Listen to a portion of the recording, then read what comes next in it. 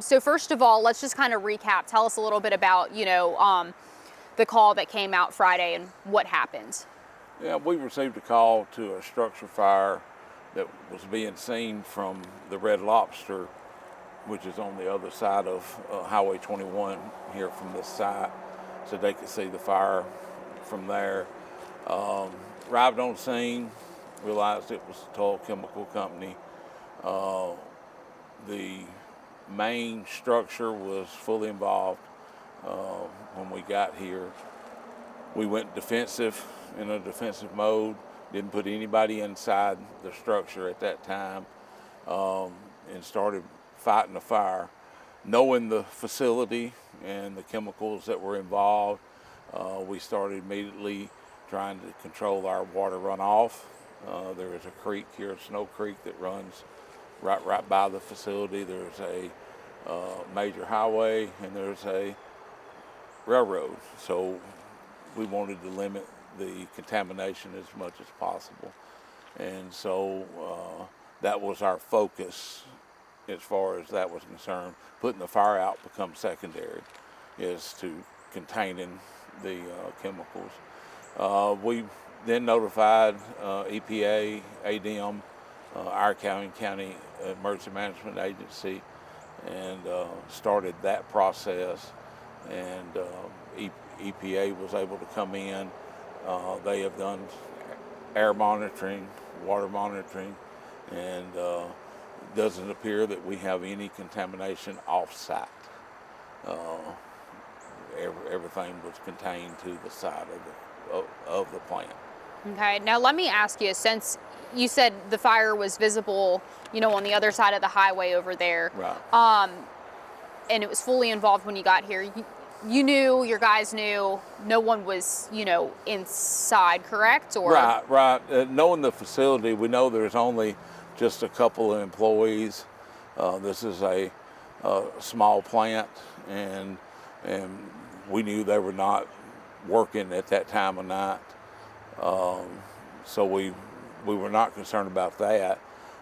Even if we thought there was somebody in it, the danger of the chemicals and the danger of the progression of the fire would have probably limited us from doing an interior search.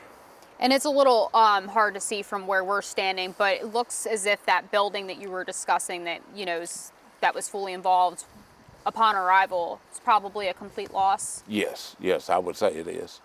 Do you know what kind of chemicals, or for background, for people who aren't from Oxford, what this place is and what it does typically? It is a chemical company that started in 1955. A gentleman by the name of Tull Allen was a chemist for Monsanto, and he bought the chemical from Monsanto, came here and opened his own plant. And him or his family, Mr. Allen's dead now, but his two grandkids are running the plant. And they produce this chemical that is sold overseas. It's a rodent killer in pesticide type thing. It's sold mainly in Australia and New Zealand. And I've known about this plant my entire career, so I know that the chemicals, when all put together, are very dangerous. But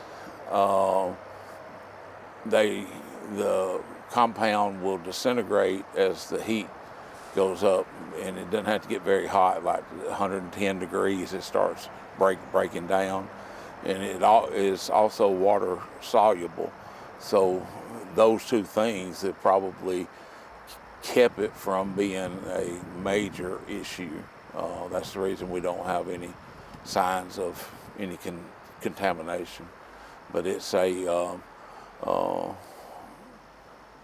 chemicals that makes the compound in theirself are dangerous.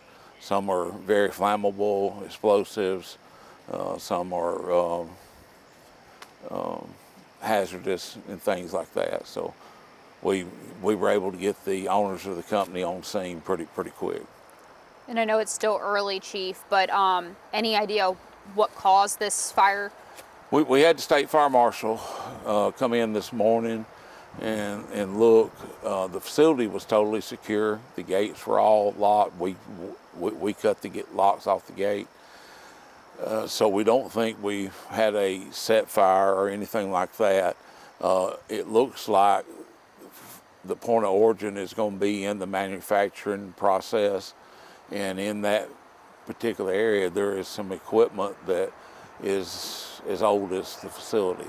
So it's you're talking 1950 model equipment that they have kept running, and some there's some breakers and fuse panels and everything that were very old, and that's what the state fire marshal seems to think, that it probably started in that area.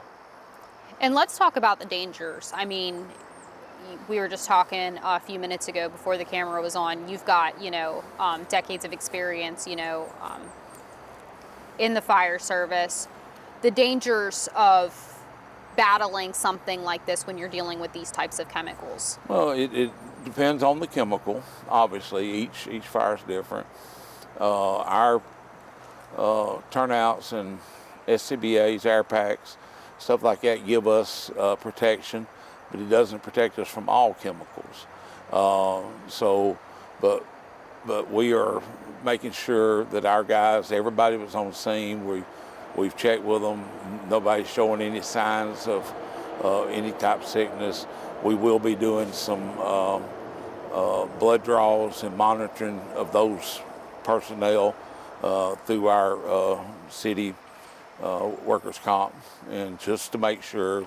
And then we are doing some exposure forms that they were exposed to these type chemicals. Should there be any concern for people that live in the community, particularly, I know when we were coming in through here, there are some homes that are nearby. Should anyone have any concerns at all? No. Everything that they have monitored outside the fence is clear, so we don't see that there's any danger at this time. The night of the fire, wind speed was about 3 miles an hour, so the smoke was going straight up. So we didn't evacuate anybody because we knew this, the weather was in our favor. So no, I don't think there's any problem for anybody in the area.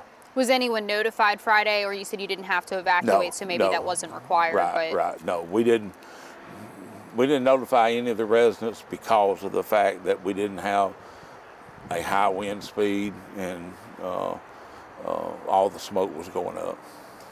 And to your knowledge, has there ever been any other fires here at this facility in the past? Not that I know of, not in the last 41 years. And so now there may have been some prior to that, but as far as I know, nothing. So first of all, tell me a little bit about, EPA's role in responding to something like this. So a lot of times when we are notified of spills of hazardous materials or oil, we are here to help support the local response agencies, the local fire departments, EMAs. We provide some additional expertise and equipment that they typically do not have. A lot of times when it comes to fires at chemical facilities, we provide air monitoring assets to help monitor for products within the facility, and then potentially daughter products that happen when these materials are involved in fires. How long do you expect EPA to have, crews out here on this particular scene? We're hoping to be done hopefully by Wednesday. Okay. Now, my next question for you is, I believe it's Snow Creek that runs through here, correct? Yes. Any impact, that people should be concerned about? None that we've seen so far. We've done some preliminary monitoring of the firefighting runoff that we could find that came off fire on Saturday morning when we got here. There was very, very limited amount of water that was firefighting water that had come off this facility. The local fire department did a great job containing everything on site. We did some very basic water quality parameters surveys and didn't see anything. We've collected some additional water samples at the confluence of the runoff and Snow Creek, and then again downstream. We're currently just pending analysis. We're trying to actually find a lab that can run an analysis for the sodium fluoroacetate that was within the structure. So we're testing, air and water right now. Nothing of concern has been found. No, nothing was concerned. That we did air monitoring. We got here, I guess, approximately 6:30 in the morning on Saturday morning. We were notified at approximately 2:30 in the morning.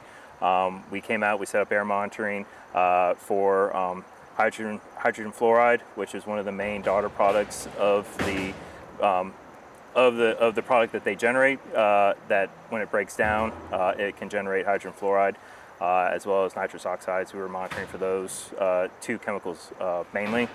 We did not see anything immediately right at the fence line, and we were downwind and didn't see any detections of any of those chemicals.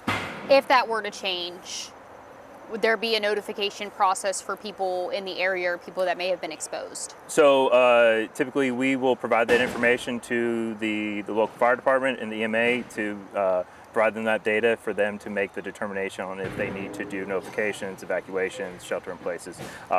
We just provide them the information and then they make those determinations, what is best needed for the community. Okay, but it doesn't sound as if, it sounds that there shouldn't be any type of concern at this point. No, we haven't seen any issues or concerns for off-site migration. Again, we're currently actually dealing with some of the remaining products that are on site. We're currently working with the owners right now to containerize and get ready for disposal of those products that were left within the structure itself. How do you dispose of something like that, especially after, there's been a fire and these chemicals could be hazardous? So the typical process is, you put them, you collect them, you put them in the proper packaging, the proper drums, and then you sample that material and then there's multiple avenues for disposal based on the analytical results you get for that sample for that waste stream. And it could go to hazardous waste landfills or potentially or non-hazardous waste landfills. It just all depends on what the analytical data you get back from that sample at that point, and what are the limits, regulatory limits for disposal are, and what the facilities that are willing to accept the material are able to handle at that point. Okay. And for people that see EPA and they're like, oh my gosh, EPA's here, it's not uncommon for EPA to respond, after an incident like this, correct? Correct. We maintain a response posture at all times within Region 4. We're based in Atlanta, and we have federal on-scene coordinators and contractors on call at all times to respond to these types of incidents. We do roughly 50 to 60 responses a year within our region. And who pays for something like this? I mean, I know EPA has some type of, I don't remember the correct terminology for it, some type of super fund. Yeah. Does that come out of that fund, or how is that handled in this situation? Yes, so we receive our funding through the generic term of the super fund. It is a fund that was generated through taxes on petrochemical industries. And we receive allocations out of that fund to respond to these types of incidents. Under the Superfund, we also have a cost recovery method within that as well. So, potentially we cost recover our costs associated with these cleanups from the RPs at that point, the responsible parties.